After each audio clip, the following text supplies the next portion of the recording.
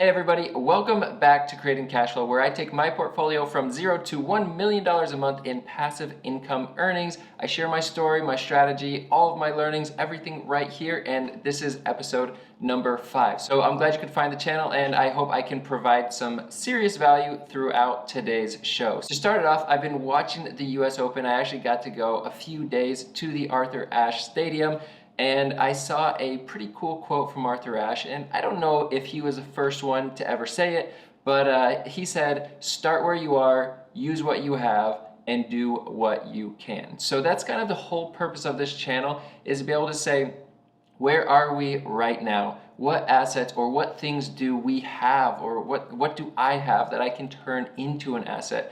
And what can I do to take actions to start going to where I want to be? So that's a pretty fun quote from Arthur Ashe. Again, it's start where you are, use what you have, and do what you can. So hopefully that's helpful. But as we jump into this, as you are building your own portfolio and as you're learning and kind of building cash flow for yourself, I would love to hear about it, learn about it, and if you put your thoughts, experiences, anything in the comments down below, I imagine I'll definitely be able to learn from them, and also you may be able to inspire other people who are watching this video and don't know the first steps to take. So today I'm going to be talking about how a mobile app can help me generate passive income. So a little background here is I work in the mobile app space and in the web space. So I'm a product manager, and if you don't know what that is, there could be a whole other video on it, but I don't want to get too in the weeds. I could just simply say that I come up with a business case for different features to build on apps and websites. So every time you get an app update, someone like me is behind it saying, hey, if we do this, it will potentially make our company more money, or it should make our company more money, and it will make our users happier, and we're looking for as many win-win scenarios as possible. I work with developers, so I don't actually do the coding. I work with developers that can build code and can build websites and mobile apps, and I also work with designers to come up with the perfect experience or the ideal experience for the user. And essentially, I'm supposed to be the voice of the user in the room when we're talking with the developers and the designers, and then I also want to make sure that we can make as much money as possible for the business. So with that, I wanted to launch my own app. I've always had an aspiration to run my own company, launch my own app, and do my own thing. And over the pandemic, I was able to double down on exactly what I wanted to do.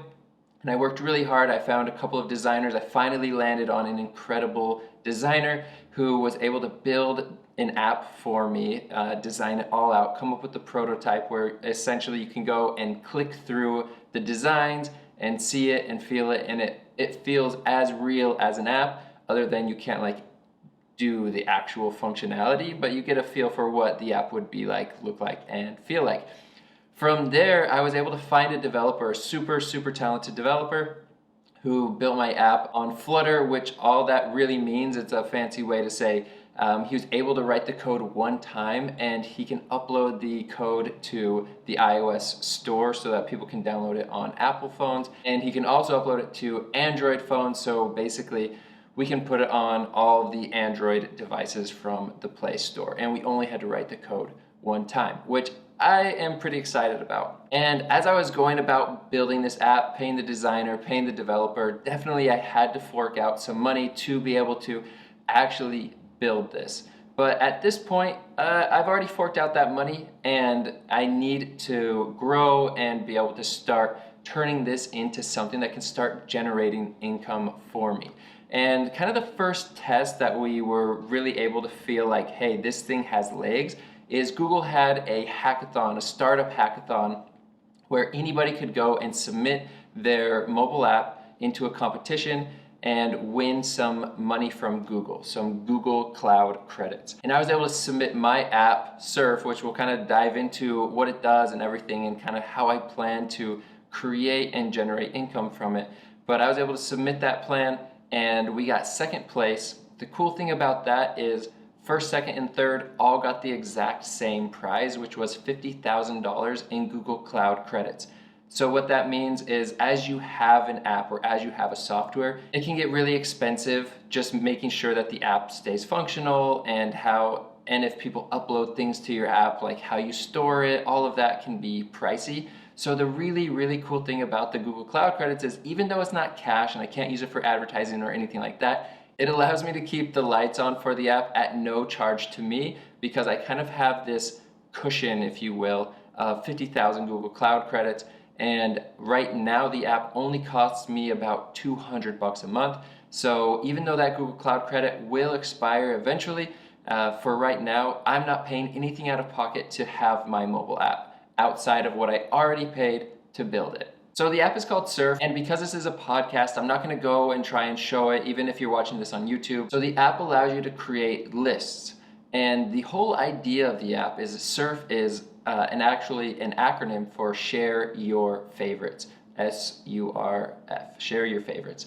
So what you can do in the app is go through and make lists of all of your favorite things. You could make a list of all of your favorite books or all of your favorite recipes or really a list of anything. Where we've been able to have the most success up to this point is people creating lists of their favorite things to do and their favorite things to eat in cities that they visit or where they're traveling. So I live in New York City and I have people coming out here all the time saying, hey, what are the things I need to do? What are the places I need to eat? Like, what are your top recommendations for me? So historically, I've either sent them like a long email with links and it's messy and kind of hard to follow, or I've sent them a text with a few of my favorite places, but every single time it creates a lot of work for me, and honestly, I'm not sure how much the other person's using it. They might be glancing at it, but it's just not easy to navigate. It's not easy to plan your trip or think about what you want to do. So I now have a really cool list for Miami and New York City and places that I've spent a lot of time, London, where I can then go and say, hey, you're going to London, here are my top recommendations in London. I can send that list off. I only have to make it once. I can update it occasionally as things change. Maybe new companies move into New York and I'm like, okay, you have to try this place now. So it's really easy to be able to do that. It's really easy to share. It's really fun looking. It's cool. And that's the idea for Surf. So some of the main reasons why I think this is really going to be good for me is one, I already know how to build apps. I know what it takes to put a team together and to grow the team. That's all pretty natural for me. So that's an easy starting point based off of my skill set. The next is I've already invested money and time into this mobile app. So up until now, it's just been a big expense.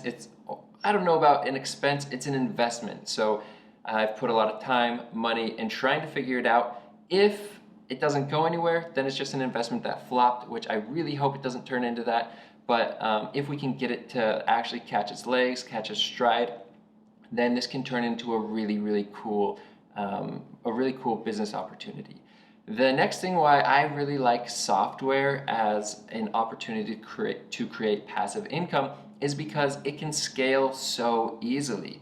So in the app, if I have one person using it, it costs a lot to build and all of that. And if I have 10 people using it, literally nothing changes. If I have 1,000 people using it, nothing changes. 10,000, maybe the backend system just needs to be beefed up a little so it can handle 10,000 people on the app at the same time.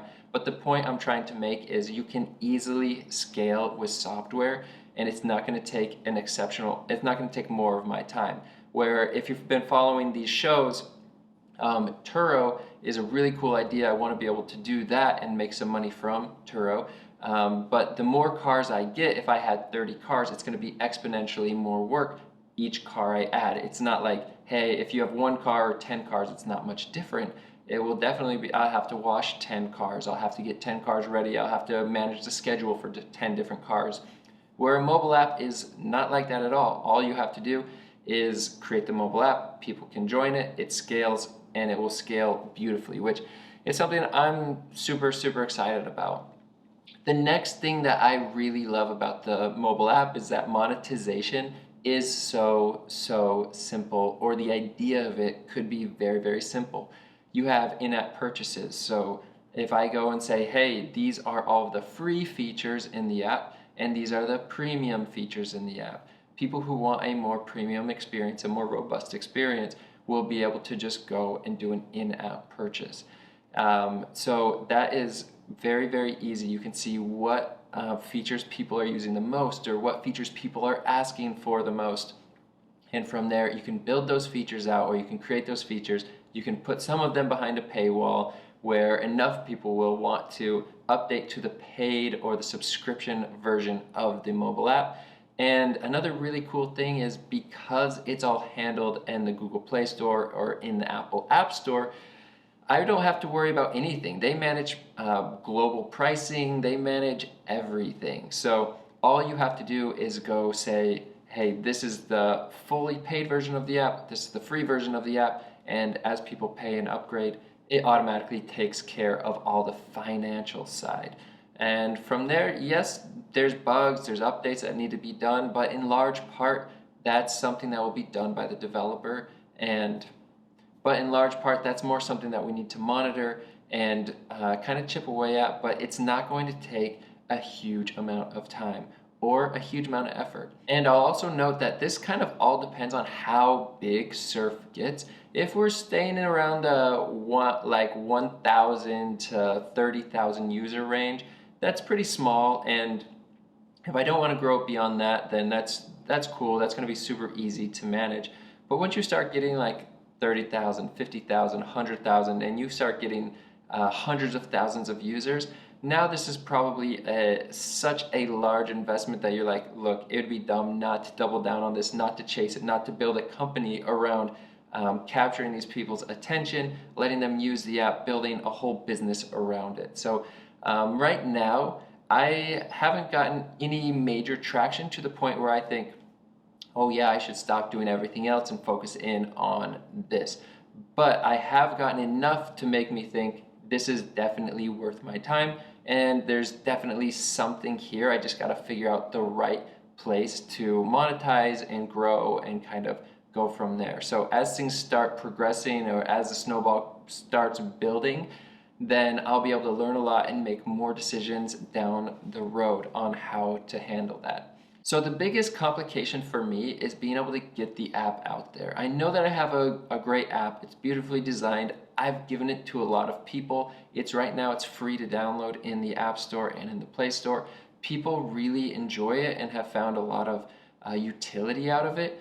But I'm not in the marketing game. I really don't know how to get it out there. And frankly, I've looked for people that are excited about the app, that are in marketing, and they're like, hey, I can help you run ads, or I can help you do this.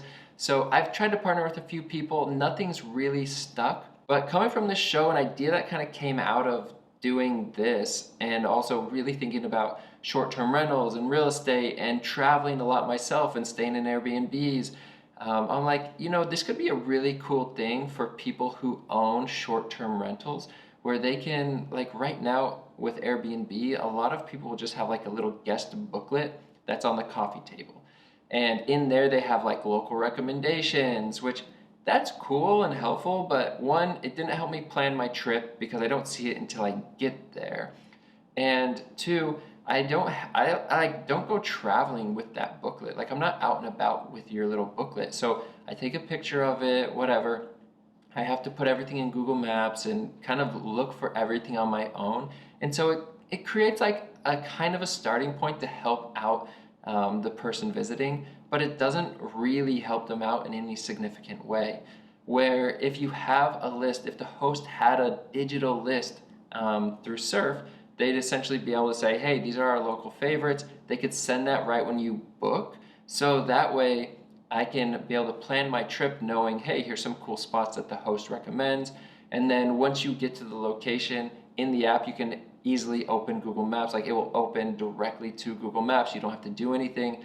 And it will keep everything way more organized. So the cool thing about this is it ends up being a really great utility for the short-term rental owner, the host.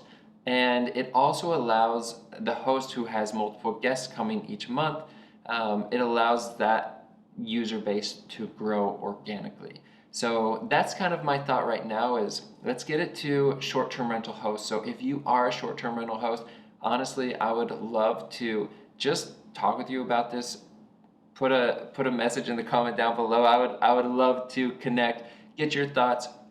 We're not charging anything for the hosts right now. The idea, maybe in the future we charge hosts, or maybe in the future we just add the premium features like I already mentioned.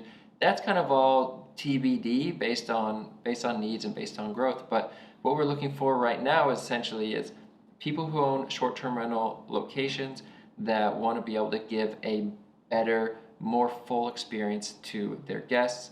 Hopefully it also helps them get more 5-star reviews, which the 5-star reviews definitely help for getting new bookings. And so it's kind of like the cherry on top of the overall experience.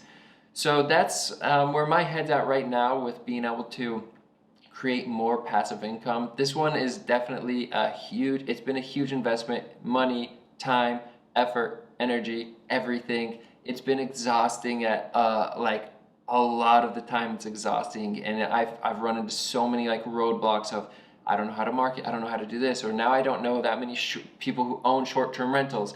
I'm trying to do everything I can to be able to do this, but I would say that being able to generate passive income from this in the beginning is extremely difficult. Probably the most difficult of all 5 vehicles that I want to be able to use to generate passive income. But technically, with this being the highest risk, it has the most potential for highest reward. I don't have any partners. I don't have like anything. Like if this started to grow, I would own it outright, and it could be really, really huge, or it could flop. So this is a pretty interesting one to follow. So with that being said, if you aren't following or if you aren't subscribed already, go ahead and hit the subscribe. Give us a follow. I'll continually give updates. I'm always trying to do new things. And again, seriously, if you know someone that has a short-term rental or you have one, I would love to connect and be able to just see what's good, what works, or what doesn't work, and be able to make changes to the product that can help me generate passive income. So probably not from the $0 to $1,000 range, and probably also not from the $1,000 to $5,000 range, but eventually this will be able to start tacking on.